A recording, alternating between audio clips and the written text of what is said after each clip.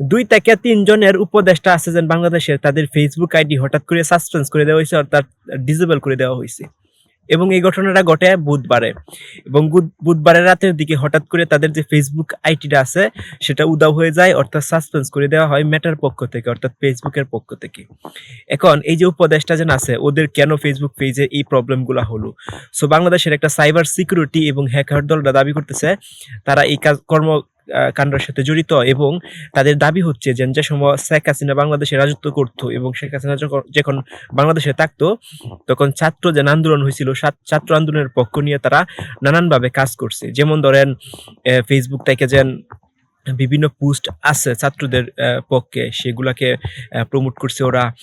এরপরে হচ্ছে যে যাদেরকে ফেসবুক পেজ থেকে যাদের মানে এক কথায় বলা যায় সমন্বয়কের যারা আছে, সমন্বয়কের পক্ষে নিয়ে এবং ছাত্রদের পক্ষ নিয়ে তারা নানান প্রকার কাজকর্ম চালায়। কিন্তু এখন সরকার পতনের পর বর্তমানে মানে রাইট নাও যারা উপদেষ্টা সঠিক দায়িত্ব পালন করতেছে না, তাদের এটা দাবি। কারণ হচ্ছে যে ফারুককে যেন উপদেষ্টা বানাইছে, তারা সেটা চায় না। শুধুমাত্র তারা না, বাংলাদেশের অনেক মানুষই চায় না যে ফারুকই উপদেষ্টা হোক, তবু ফারুকই হচ্ছে উপদেষ্টা এখন আছে।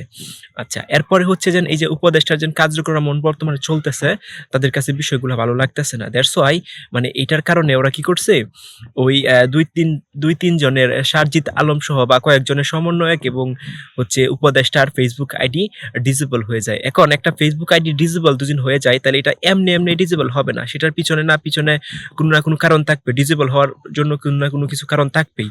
সো এই কাজগুলো বাংলাদেশের যে সাইবার সিকিউরিটি বা হ্যাকার দল আছে, তারা মিলে এই কাজটা করছে এবং তারা শিকারও আসছে। এখন ফেসবুক পেজ যে হ্যাক করছে বিষয়টা এরকম না, তাদের যে দাবি করছে যে ফেসবুক পেজ হ্যাক না, এটা হচ্ছে ওদের একটা সিস্টেম রিকোয়ারমেন্ট করছে, করার পর ফেসবুক মেটার পক্ষ থেকে, অর্থাৎ ফেসবুকের পক্ষ থেকে তাদের ফেসবুক যে পেজটা আছে বা আইডিটা আছে সেটা ডিসেবল করে দিছে, অর্থাৎ সাময়িক সময়ের জন্য সাসপেন্স করে দিছে। যদিও রাইট নাও বর্তমানে অ্যাভেলেবেল দেখা যাচ্ছে তাদের ফেসবুক পেজগুলো এবং সক্রিয় হয়েছে, কিন্তু 2 থেকে 3 দিন এটা ডিসেবল অবস্থায় ছিল।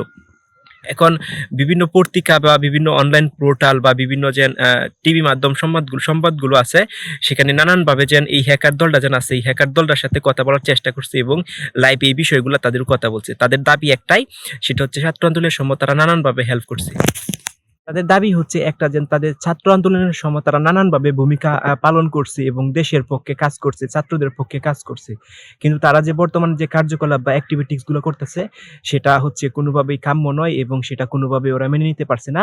এটার কারণেই তারা এই ধরনের কর্মকাণ্ডের সাথে জড়িত, এবং তারা আল্টিমেটামও দিছে। আল্টিমেটাম বলতে ওরা বলছে যদি ওরা এরকম কার্যক্রম চালাতে থাকে, তাহলে ফেসবুক যে আইডি গুলো আছে বা ফেসবুক পেজ এবং ফেসবুক আইডি গুলো আছে সমন্বয়ক এবং হচ্ছে উপদেষ্টাদের, সেগুলাকে নষ্ট করে দিবে। এবং এটা ওরা ওপেনলি বলছে যে আমরা দেশ ও জাতির মঙ্গল চাই, এবং আমরা যেহেতু একটা ছাত্র বিপ্লবের পর বাংলাদেশ নতুন স্বাধীন হয়েছে, এটার কারণে বাংলাদেশ যেহেতু সুন্দরভাবে সামনের দিকে এগিয়ে যাক, তো কোনো দুর্নীতি না হোক, এটার জন্য ভালোভাবে সমন্বয়কদের এবং উপদেষ্টাদের কাজ করার জন্য আহ্বান জানিয়েছে। আর যদি এটা ওরা না করে, তাহলে হচ্ছে এই ফেসবুক পেজগুলা ওরা ডিসেবল করে দিবে বা নষ্ট করার চেষ্টা করবে। এরকম কথাবার্তা বিভিন্ন অনলাইন পোর্টাল যেগুলো আছে বা টিভি চ্যানেল মাধ্যমগুলো আছে, এগুলো দিন আপনি একটু ঘাটাঘাটি করেন বা দেখেন, তাহলে আপনারা দেখতে পাইবেন যে আসলে এরা কি কথাবার্তা বলতেছে।